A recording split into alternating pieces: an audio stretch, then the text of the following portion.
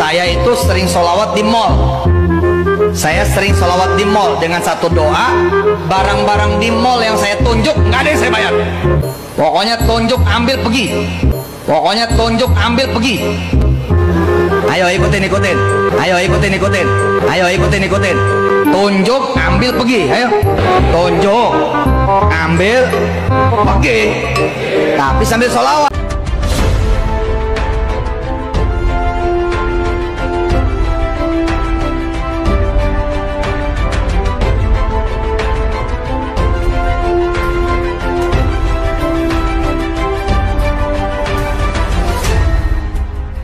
Tonton video ini sampai selesai agar Anda tidak gagal paham.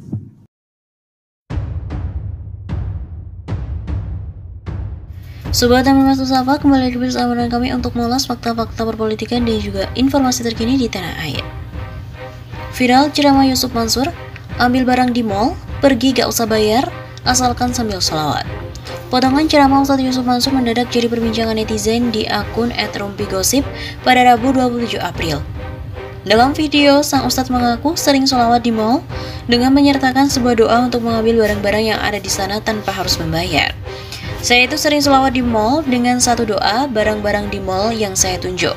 Gak ada yang saya bayar, pokoknya saya tunjuk, ambil, pergi, ayo ikutin, tunjuk, ambil, pergi, tapi sambil sholawat. Ujar Ayah Wirda Mansur ini. Kemudian ada juga potongan ceramah lain ketika sang ustadz bertanya soal motor dan BPKB para jamaahnya yang tidak ngacung, sedangkan dia punya motor dengan BPKB, kita doain besok hilang, begitu katanya. Tak berhenti sampai di situ, ada juga potongan Ustadz Yusuf Mansur mengaku bisa berbicara dengan semut yang beberapa waktu lalu sempat viral. Iya betul, saya ngomong sama semut, demi Allah saya ngomong sama semut, tuturnya dengan penuh percaya diri.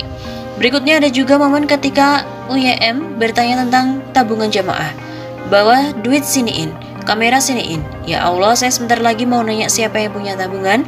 Kalau dia nggak ngaku, biar dibikin nol tabungannya, begitu katanya. Netizen ramai mengomentari potongan video ceramah sang ustadz. Tak sedikit netizen yang mengaku miris dengan isi ceramah yang dibawakan pendakwah 45 tahun itu. Ngakak, kata akun @ajeng. Tunjuk ambil pergi berakhir digebukin masa. Sambung akun yang lainnya. Mau maling ngajak-ngajak jamaah. Tambah akun @sas. Kok masih ada yang mau ngundang ustadz mental pengemis ini ya? Ustadz kok tukang nyumpahin orang? Seru akun @putri. Itu namanya maling, nutil. Komentar akun @seruni. Sementara itu ada juga netizen yang sedih karena sang ustadz membawa-bawa sholawat tapi tidak untuk kebaikan. Beberapa netizen juga bahkan meminta agar video UYM tidak dipotong-potong karena bisa disalahartikan.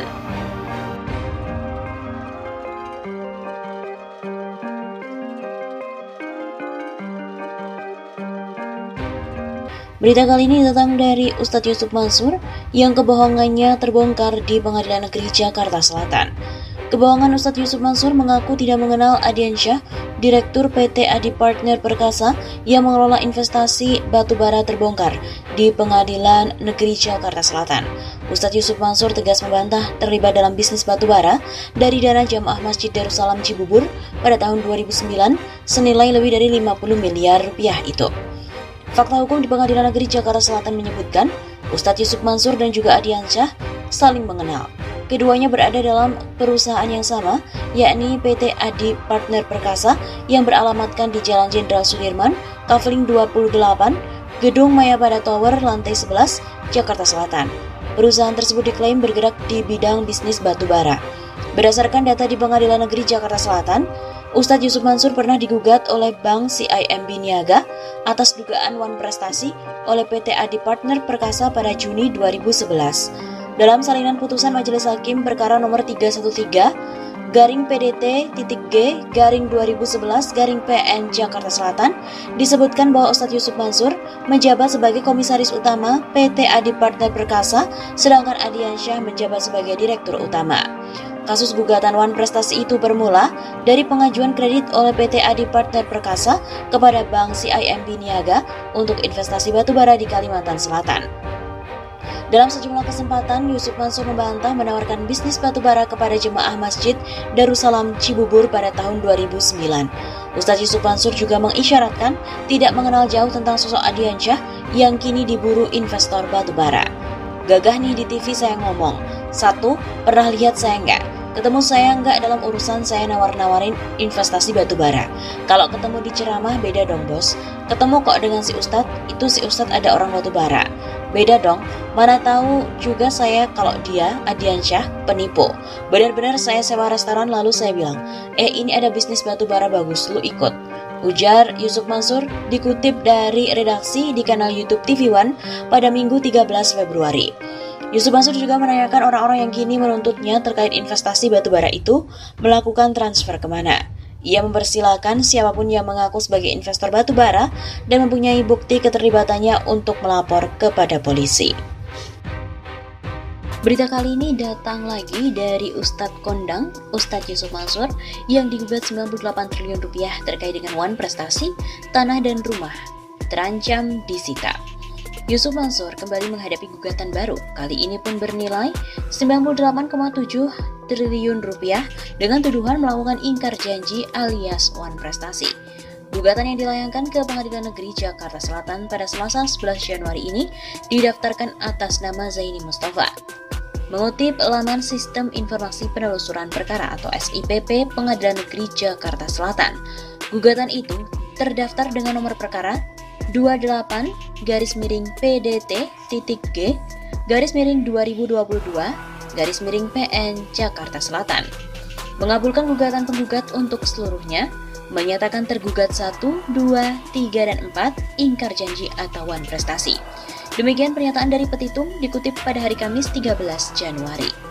Tak hanya Ustadz Yusuf Mansur, Zaini juga menggugat 3 pihak lain, yakni PT Adi Partner Parkasa, Adiansyah dan juga Bitul Walwatamil Darussalam Madani alias BMT Darussalam Madani. Selain itu, turut tergugat pula Yayasan Program Pembibitan Penghafal Al-Quran Pondok Pesantren Tahfiz Darul Quran. Dalam gugatan tersebut, Zaini meminta Pengadilan Negeri Jakarta Selatan menyita tanah milik Yusuf Mansur dan tanah serta bangunan yang digunakan sebagai kantor BMT Darussalam Madani. Apabila para tergugat tidak memenuhi isi putusan dalam perkara, Zaini menetapkan adanya uang paksa alias duengsum sebesar 10 juta rupiah per hari kelalaiannya. Selain itu, Zaini juga meminta para tergugat termasuk Yusuf Mansur untuk membayar kerugian sebesar 98,7 triliun rupiah. Dengan perincian sebagai berikut, kerugian material, modal, ditambah dengan keuntungan seluruhnya sebesar 98,6 triliun rupiah dan kerugian imaterial sebesar 100 miliar rupiah. Begitu jelas petitum itu.